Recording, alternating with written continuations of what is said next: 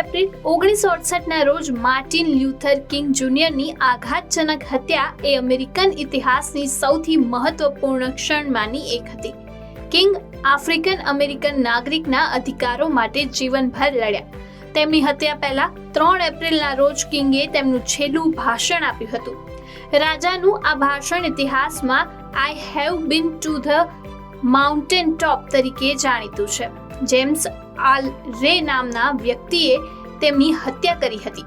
1955માં અલાબામામાં અશ્વેત મુસાફરને બસમાં પોતાની સીટ છોડવાનો ઇનકાર કરવા બદલ રોઝા પાર્કીઝની ધરપકડ કરવામાં આવી હતી. આ પછી રાજાએ તેના સમર્થનમાં બસ આંદોલન શરૂ કર્યું. આ આંદોલન 383 દિવસ સુધી ચાલ્યું. છેવટે 1956માં સુપ્રીમ કોર્ટે આદેશ આપ્યો કે આફ્રો અમેરિકન અશ્વેત નાગરિકો પણ કોઈ પણ મ્યુનિસિપલ બસમાં ગમે ત્યાં બેસી શકે છે.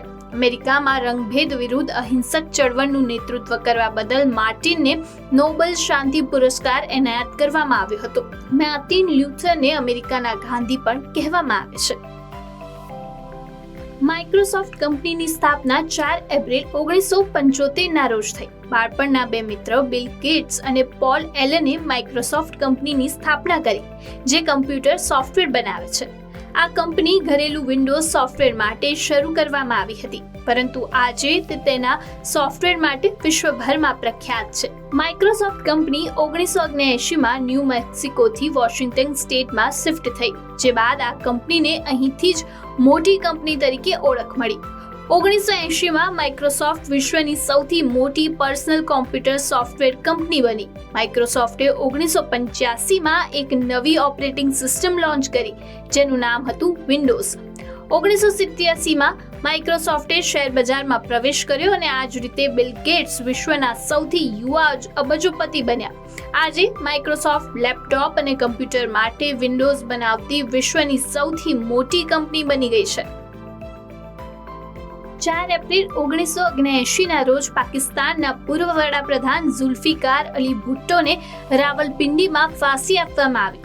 નવાબ મોહમ્મદ અહમદ ખાન કુરેશીની હત્યાના આરોપમાં તેને ફાંસી આપવામાં આવી. જો કે ભુટ્ટોનો પરિવાર હજુ પણ ન્યાયની માંગ કરી રહ્યો છે. ઘણા માને છે કે આ નિર્ણય તત્કાલીન લશ્કરી સરમુખત્યાર જનરલ ઝિયા ઉલ હકના દબાણ હેઠળ લેવાયો હતો, જેમણે 1977માં ભુટ્ટોની સરકારને તોડી પાડી. તે જ સમયે ભુટ્ટોની ફાંસી 45 વર્ષ પછી 7 માર્ચ 2024ના રોજ પાકિસ્તાનની સુપ્રીમ કોર્ટે આ મામલે મોટી ટિપ્પણી કરી હતી. સુપ્રીમ કોર્ટે કહ્યું કે 1979માં પૂર્વ વડાપ્રધાન ઝુલ્ફિકાર અલી ભુટ્ટો વિરુદ્ધ કરવામાં આવેલા કેસની સુનાવણી બંધારણ અનુસાર થઈ નથી. કૃત્રિમ હૃદય 4 એપ્રિલ 1969ના રોજ રોપવામાં આવ્યું, જેના કારણે હાલસ્કેલ કાર્પ નામના દર્દીને 65 કલાક જીવતો રાખવામાં આવ્યો. તબીબી ઇતિહાસમાં આ પહેલો કેસ હતો જ્યારે મશીને કૃત્રિમ હૃદય તરીકે કામ કર્યું હતું. ડોક્ટર કુલી અને ડોક્ટર માઇકલ ઈ ડિબેકને હાર્ટ ટ્રાન્સફર ટેકનોલોજીના પિતા માનવામાં આવે છે.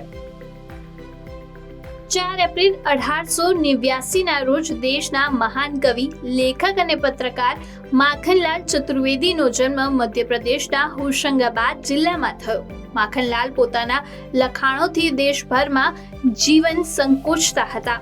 તેમની ઘણી કવિતાઓ દેશભક્તિથી ભરેલી છે. દેશની આઝાદી માટે તેઓ ઘણી વખત જેલ પણ ગયા. ભારત સરકારે 1963માં માખનલાલ ચતુર્વેદીને પદ્મભૂષણથી નવાજ્યા હતા, પરંતુ 10 સપ્ટેમ્બર 1967ના રોજ માખનલાલે રાજભાષા બંધારણ સુધારા વિધેયકના વિરોધમાં એવોર્ડ પરત કર્યો, જેણે રાજભાષા હિન્દી પર હુમલો કર્યો હતો. વર્ષ 1990માં ભોપાલમાં માખનલાલ ચતુર્વેદીના નામ પર જર્નાલિઝમ યુનિવર્સિટીની સ્થાપના પણ કરવામાં આવી હતી.